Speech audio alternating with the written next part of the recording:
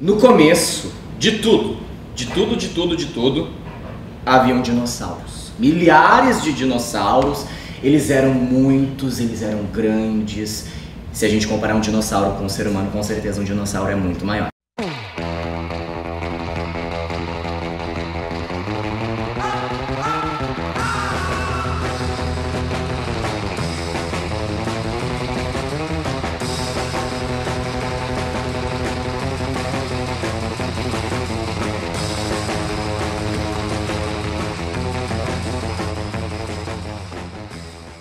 O programa Efemerarte de hoje traz os bastidores da peça Pterodátilos.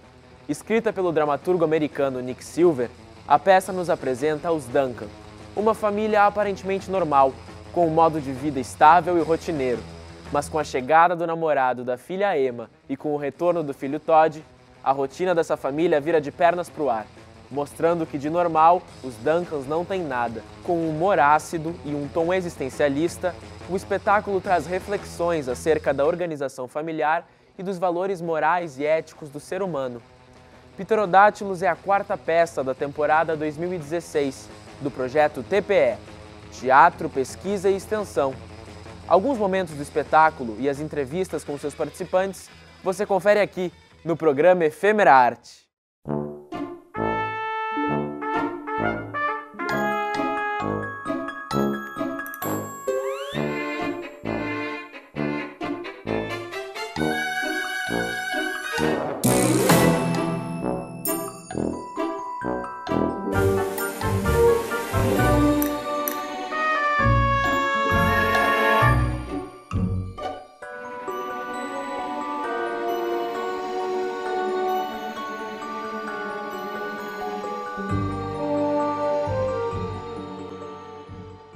A peça, ela fala sobre uma família muito disfuncional que praticamente todo o relacionamento deles é baseado em sistemas de negação. Cada um tem a sua forma de negar a realidade. E aí chega o namorado da filha e o filho que tinha sumido há muito tempo, e isso faz com que vire de cabeça pro ar assim, a rotina da família. É uma peça que fala basicamente sobre a maneira com que as pessoas se relacionam no mundo contemporâneo a partir dessa não comunicabilidade, especificamente dentro da família. E o que torna bem interessante o texto é justamente essa questão que ele é escrito em 94, né, pelo Nick Silver, e é uma coisa bem atual, né, tipo, 22 anos depois, ainda se torna bem atual sobre essas questões familiares e de não escuta dessas relações. O texto já nos deixa muito claro que é uma família de classe média alta da Filadélfia. Então a gente já começa a supor, a mãe é aquela perua totalmente desnorteada, consumista, materialista, o pai é um administrador de empresa, dono da empresa, presidente da empresa há 10 anos e frustrado, ele vive para o trabalho, a Grace vive para as próprias ilusões, porque parece que a todo momento nada do que ela quer se concretiza, então ela é meio frustrada pelo desejo não realizado. O Tommy, quando ele entra na família ele é reprimido por ser um garçom, por ele ter gostos totalmente peculiares, por ele ser totalmente estranho. Ele ganha uma família que não faz papel de família. E eles se utilizam um dos outros como objetos, assim, como eu vou utilizar aquela pessoa até o ponto em que ela me serve. Então, o Todd, de alguma forma, usa o Tommy por uma questão simplesmente de prazer físico. A Emma se utiliza do Tommy também como essa tábua de salvação. A Grace se utiliza do Arthur como quem vai dar essa grana, quem vai manter o status dela. Enfim, eles estão todos permeados por essas relações que, no momento em que uma coisa já não é suficiente, eles amassam essa pessoa e jogam no lixo. Tem uma coisa muito chave na peça que é todos os personagens, eles querem falar e eles querem ser ouvidos. Mas por existir esse sistema de negação, a todo momento eles estão sendo calados, ou por ideologias, ou pelas individualidades. Por exemplo, a gente tem a Emma, que ela é uma personagem totalmente reprimida, porque o passado dela é muito trágico. Na peça fica muito claro as preferências, né? A mãe preferindo o filho, o pai preferindo a filha. E ao mesmo tempo que todos eles querem ser ouvidos, eles não se ouvem. Ninguém se ouve, tanto que quase não se estabelece diálogo, assim. Eles ficam só, cada um no seu mundo, nas suas vontades, e ninguém se ouve, ninguém tenta se compreender. E tem também muitas situações absurdas que elas são retratadas como se fosse normal, assim, né? Tu vê a família mandando o namorado da filha ser empregado e isso, dentro da realidade deles, tá, é normal. O namorado da filha vai ser empregado, é claro. Ai, que maravilhoso. Então são várias situações absurdas que são retratadas como se elas fossem cotidianas. Eu vejo essa peça também como um questionamento da instituição família, né? O que é uma família normal? Que querem achar uma definição de uma família normal. E a gente traz uma família normal aqui, que é completamente anormal, digamos assim. E essa discussão já vem desde os anos 90 e a gente ainda tá nisso e a gente não consegue chegar num conceito mais aberto, né? Os Duncan, eles são um exemplo perfeito de família tradicional, mas tradicional da porta para fora. Da porta para dentro a gente enxerga que eles não são nada tradicionais.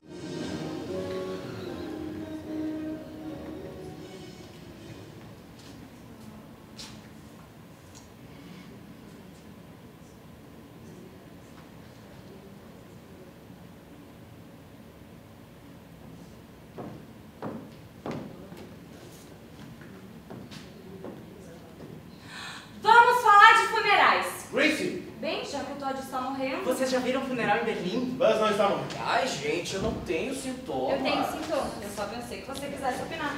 Ai, sai de perto dessa coisa. Revoltante. É a nossa história. Quero falar com você. Eu gosto. Eu acho que é um estegossauro todo. É nojento. Ou talvez seja um tiranossauro. É arrepiante. Ou um pterodáctilo.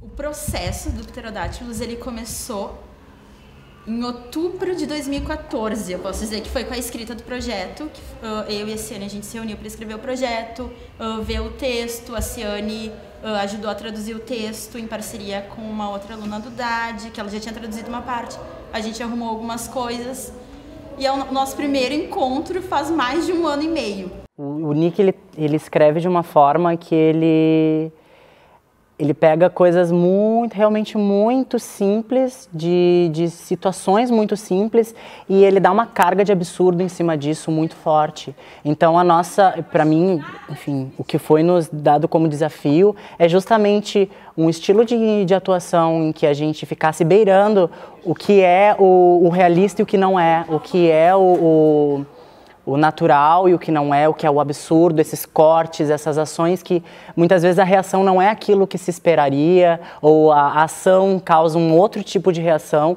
e que o texto já sugere isso. E essa construção da maneira com que a gente vai corporificar isso foi muito rico como ator, assim.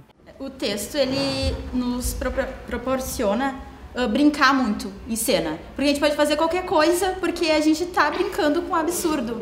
Então o nosso processo criativo, ele foi muito divertido.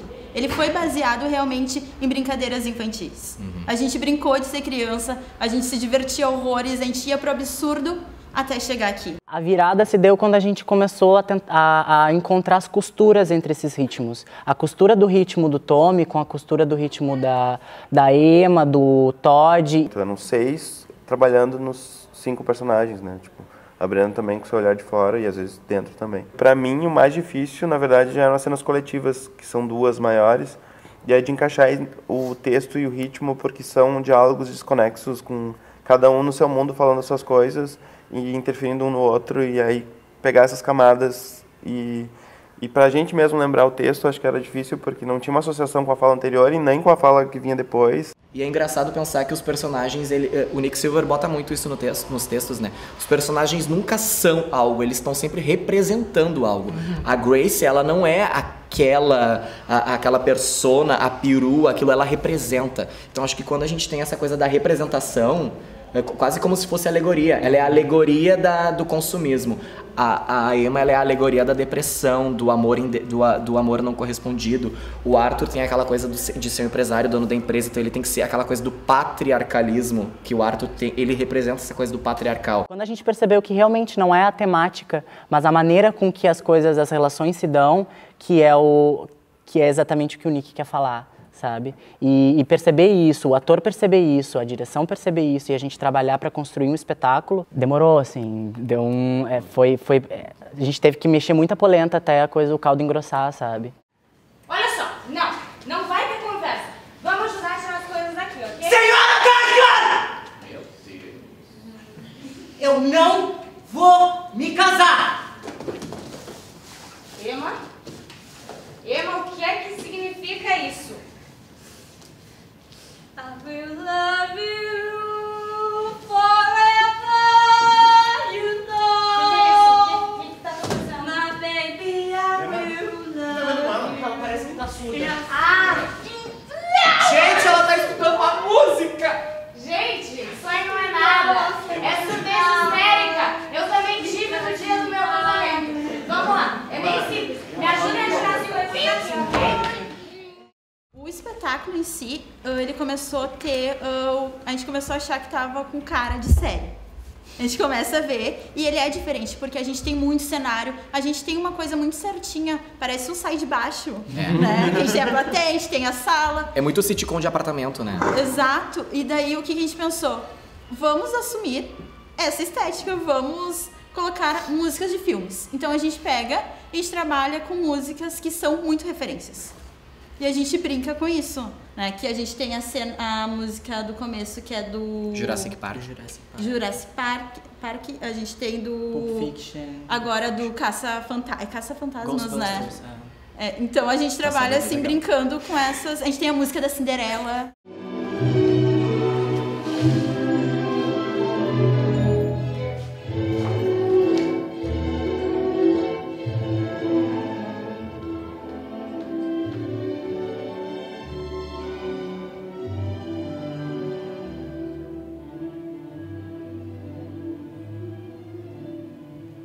Todas as músicas que eu subi são de filmes, de clássicos infantis, isso foi uma escolha. E de trabalhar justamente nesse universo que, para mim, a escolha da trilha sonora tem a ver com o filme, bate muito no que o Júnior fala da representação, né? Dessas grandes representações que o humano cria, que são essas obras artísticas, e a gente colar isso com as relações dos personagens que estão ali em cena. A música, ela ajuda também no tom da comédia, né? Porque por mais que seja uma comédia, existe um drama muito forte nessas relações.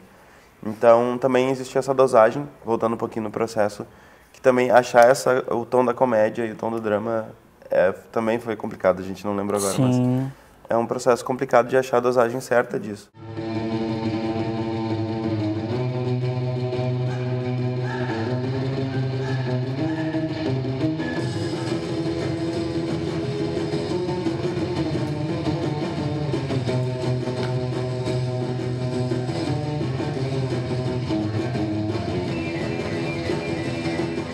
A questão do cenário, do figurino, a gente tenta trazer algumas referências e a referência principal é o Almodóvar, como termos de padrão de cor, de cores fortes que entram e às vezes contrastam. A roupa da Emma tem um azul com um vermelho, a Grace uma hora tá toda de vermelho, uma hora ela tá bem preto, daí ela tem o branco e o preto que casam ali. É um colorido que ao mesmo tempo tem um grau de... É meio deprê, assim, não é vibrante, não é para ser alegre, é um colorido que incomoda um pouco. E a gente tem uma grande quantidade de objetos em cena que a gente carrega, entra usando eles ou coloca, e, tipo, enfim.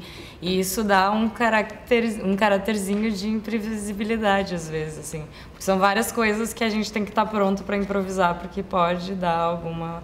Então isso meio que faz com que a peça seja sempre um pouquinho diferente também, eu acho. A ideia, na verdade, de todo o cenário, os elementos, é que no início seja organizado, né? Como uma casa, uma sala de estar de família normal.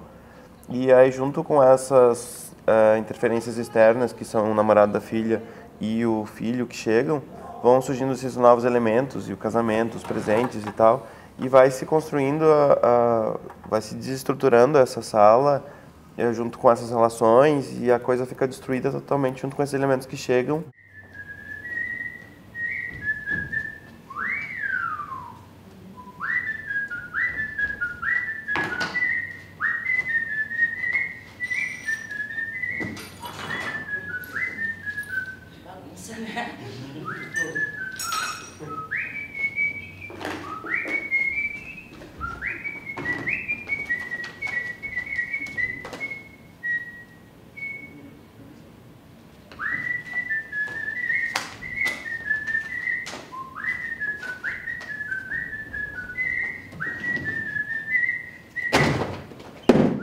pessoas vão ver a família Duncan.